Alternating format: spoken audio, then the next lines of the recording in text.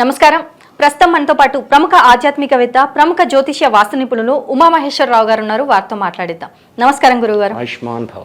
జనవరి నెలలో మీనరాశి వారికి ఎలా ఉండబోతుందో తెలియజేస్తారా? మీనరాశి వారికి మిశ్రమ ఫలితాలతో కలిగిన విధానాలు ఎక్కువ కనపడుతున్నాయి. అంటే మీనరాశికి ఆధిపత్యాన్ని వహించింది గురువే. కానీ మీనరాశిలోని రాహు కలిగి ఉన్నాడు. రాహు కలిగి ఉన్నందువలన గురువు ఉన్న స్థానముని లగ్నానికి పంచమ స్థానమైన మేషరాశిలో ఉన్నాడు. గురువు యోగకారకుడే. కానీ కోపతాపములకు గురవుతారు. వీళ్ళు అధికమైన కోపతాపాలకు గురైపోతారు. ప్రతి చిన్నదానికి కూడా ఆరోగ్య సమస్యలను కూడా ఎదుర్కోవాల్సి వస్తుంది. ఆరోగ్యం అనేది పైకి నిండుగా కుండలా కనపడుతున్నా కూడా లోపలంతా డొలగానే ఉంటుందట. అలాంటి పరిస్థితుల్లో ఉంటారు వీళ్ళు. అలాగే కోపం వల్ల వచ్చే పరిస్థితులు ఏంటంటే నష్టాన్ని తెస్తుంది, కానీ కోపం ఎప్పుడు సుఖాన్ని లాభాన్ని తేదు. అటువంటి విధానాలను కలిగిస్తూ ఉంది. మీనరాశి వారికి ఆదాయ వ్యయాలలో చూసుకుంటే ఆదాయం కన్నా వ్యయం ఎక్కువ ఉంది, ఆదాయం తక్కువ ఉంది. అయితే మీనరాశి వారికి 35 సంవత్సరముల వయసు ఉన్నవారికి, వీళ్ళకి వేలినాడ్సేన ఉంది కాబట్టి 35 సంవత్సరముల వయసు ఉన్నవారికి ఈ యొక్క ధనుర్మాసంలో ఏ పని చేసినా నష్టదాయకమే. ఏ రంగం వారైనా సరే. విద్యార్థులు చదివిన చదువుకి పరిపూర్ణత రాదు. వ్యాపారం చేసేవారికి సఖ్యత ఉండదు. అలాగే ఏ పని చేస్తా ఉన్న వ్యవహారం ఉన్న టీచర్లకి కోపతాపాలు పెరిగిపోతాయి. అటువంటి వారు ఉన్నది.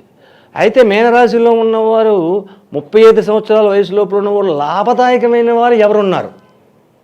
సినీ ఫీల్డ్లో ఉన్నారు.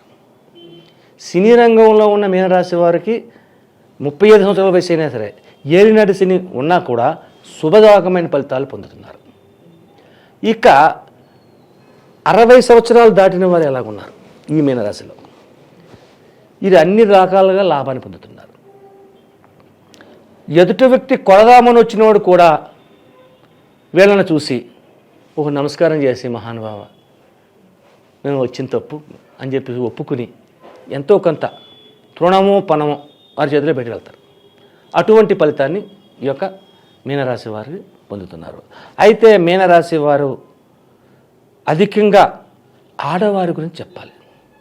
ఇక్కడ ఏ వయసు వారైనా ఆడవారికి మాత్రం శుభదాయకమైన, అత్యంత శుభదాయకమైన ఫలితాలు పొందుతున్నారు ఆడవారు, స్త్రీలకు. అయితే ఈ స్త్రీలు ఏం చేయాలయ్యా అంటే శ్రీకాళహస్తి వెళ్ళి అక్కడ దర్శనం చేసుకోవాలి.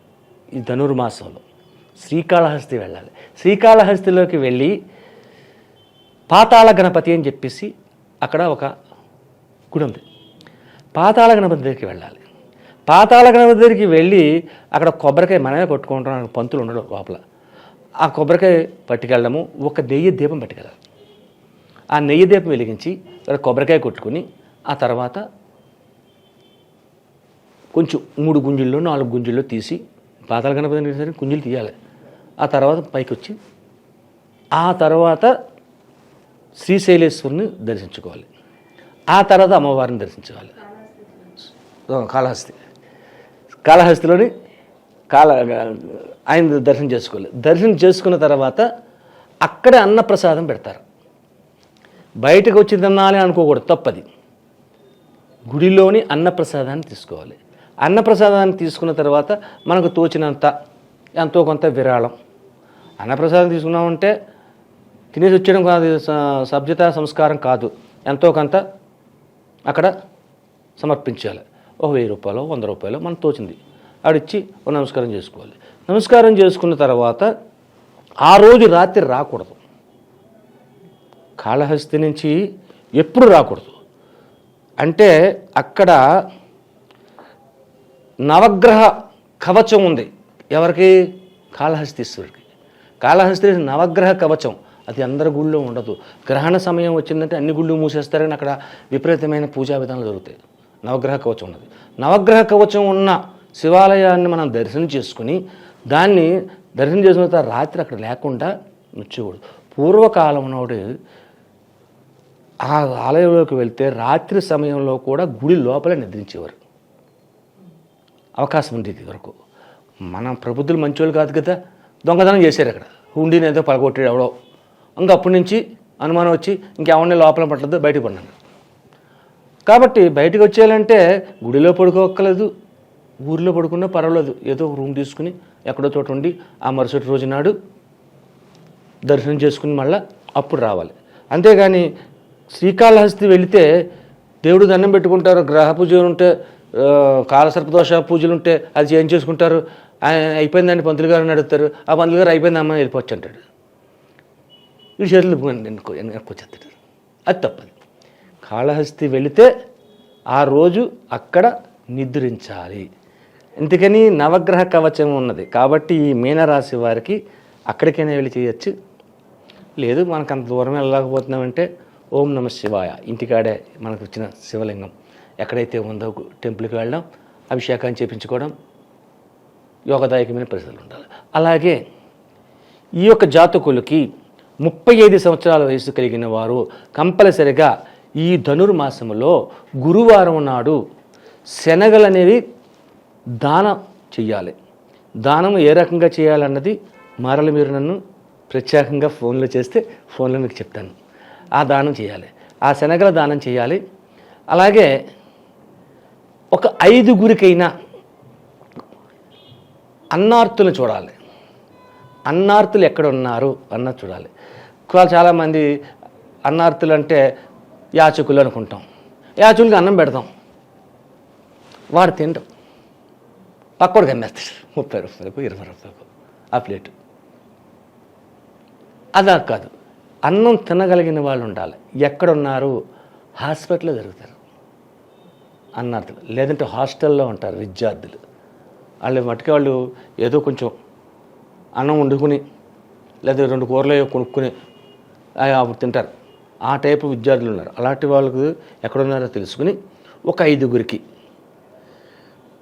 శుభ్రంగా శనగపప్పుతో చేసిన పదార్థం, శనగపప్పు సాంబార్ పెట్టండి, ఏమక్కర్లేదు.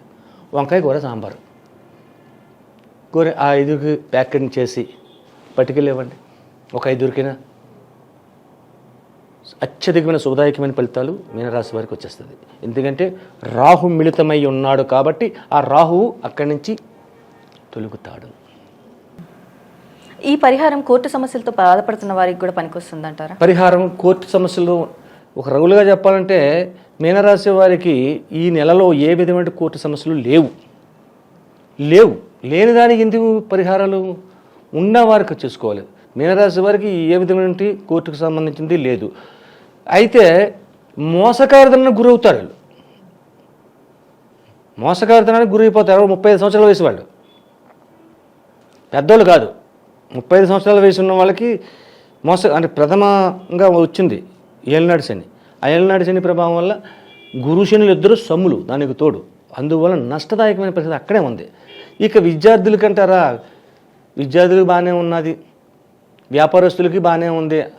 35 సంవత్సరాల వయసులో ఉన్న వాళ్ళకి నష్టం, 35 దాటిన వారికి లాభం. 35 దాటిన వారికి లాభమే, ఎందుకంటే రెండోసారి వచ్చింది. 35 సంవత్సరాల లోపు ఉన్న వారికి మాత్రం ఏ విధమైనటువంటి ఫలితాలు పొందట్లేదు. వీళ్ళకి ప్రస్తుత కాలంలో అయితే ఖర్చు అధికము, ఆదాయం సన్నగిలింది. కానీ 65 సంవత్సరాల వరకు ఆదాయం పెరిగింది, ఖర్చు తరిగింది. ఇక్కడ 2 రకాలుగా చెప్పుకోవాల్సి వస్తుంది మీనరాశి గురించి. ఇప్పుడు మనం చెప్పుకున్న ద్వాదశ రాశుల్లో 10 రాశులు ఒకే విధంగా చెప్పుకున్నాం. కుంభరాశి మీనరాశిలు వచ్చేసరికి 2 రకాలు చెప్పాల్సి వస్తుంది. అర్ధాష్టమ శని ఉన్నవాళ్ళు వేరు, ఏలినాడు శని ఉన్నవారు వేరు, అష్టమ శని ఉన్నవాళ్ళు వేరు. 3 రకాల శని ప్రభావాలు చూస్తుంది. ఆ 3 వాటిల్లోని ఎక్కువగా మనం చూపించేది కుంభ మీనరాశులకి. అలాగే గురువుగారు, మీనరాశి వారికి జనవరి నెలలో ఎలా ఉండబోతుంది, అలాగే ఈ రాశి వారు చేసుకోవాల్సిన పరిహారాల గురించి కూడా చాలా చక్కగా వివరించారు. ధన్యవాదములు. ఆయుష్మాన్.